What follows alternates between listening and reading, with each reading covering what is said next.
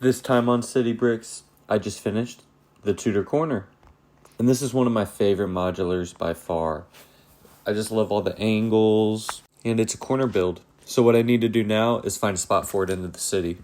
Unfortunately, this is about the only space I have left. The city's filling up pretty fast. I was thinking an easy place to start would be by replacing that detective's office with the Tudor corner. It kind of makes a nice little alley over there because it's a corner building. But I'm not really a huge fan of what I have going on up there with the alley because it's really hard to see.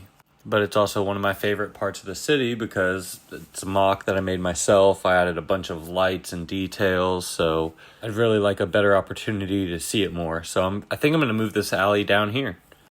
And of course, having everything on Mills plates just makes it a lot easier to move around. Of course, unplugging everything is a bit of a hassle, but I just basically want to make sure I like this layout before I start plugging everything back in.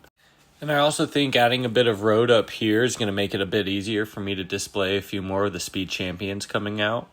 And now I've also been struggling with finding a way to connect the main road of the city all the way down to this right side.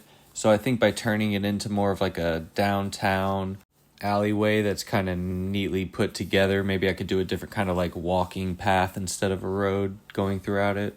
And I think that'll open up a bit more room over here to where I can add a few more base plates of buildings.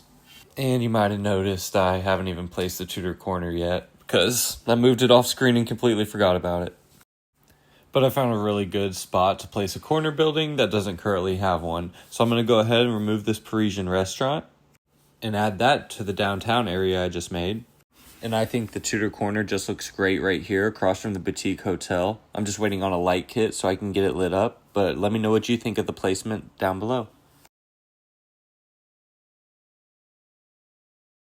And now I've got everything placed, including the Parisian restaurant, and I haven't plugged anything in yet because I'm still moving some things around, but I was thinking about covering up this part with maybe like an alleyway right there. And then I just like how I can see the alley in the back way easier now. So I'm going to finish tiling that off and adding a few more minifigures. Now I'm probably going to remove this alleyway that I made a while ago because it doesn't really fit with this layout. And then I'll be ready to upgrade this entrance right here because I think this view is going to be awesome once I have a bunch of details and minifigures. And then I'm still thinking of a way I can get the minifigures up to the top, maybe like a ladder or something around here. And then there's a few buildings I haven't found room in the city for, and that's this Fun Hole set, and then this Harry Potter set, which I could definitely break down and use for pieces, but I'm just not there yet. And now I got an order from Lego in, so let's go ahead and get this sorted. I got this in about 3 days because they were all on the best sellers, and it was just a lot of tiles and detailing pieces. And then I saw these new black masonry bricks, so I had to get a few of them.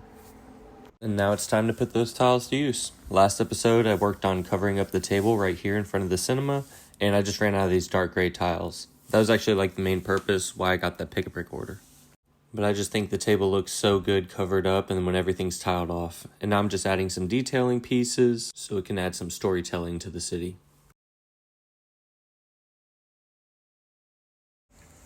But I think that this alley that we added last episode is still my favorite part. Let me know what you think. And now I want to turn my attention over here and finish covering up the table and also finish Mills plating the roads. I'm not sure if I have enough light gray masonry bricks, but we're going to see how far I can get. Here's a good look at the before. It turns out I had just enough gray brick to get it all covered up, and I just love how it looks. So now I'm going to turn my attention to a little alleyway over here. And I think that's the final placement for the buildings down here, which I like because it leaves me some room up front for some future builds. Now this is what I've come up with for my alley. It's one of my favorite ones that I've done. However, it's pretty narrow, but I got a lot of details shoved inside. I tried to split it into 2 levels, so I got an ATM downstairs, and then there's also a way for the minifigures to get up to the top of the city. Now let's take a closer look. Now I tried to do some piping on this side and then add some clothes and signs, but I really like the balcony that I came up with as well as the lighting. So now let's see how it looks in the city. And this is probably my favorite alley that I've done so far. I really like all the yellow light coming through, and this is definitely going to be my favorite view in the future. I just got to finish tiling it all off, hiding some wires, and the camera doesn't really do it justice because I can't fit my phone all the way down there. Now, while I was working on this, I also had a chance to light up Tudor Corner, and I think this just turned out great as well. However, I think that's where I'm going to wrap up this city update. I really hope you enjoyed, and if you want to see something specific, let me know down below.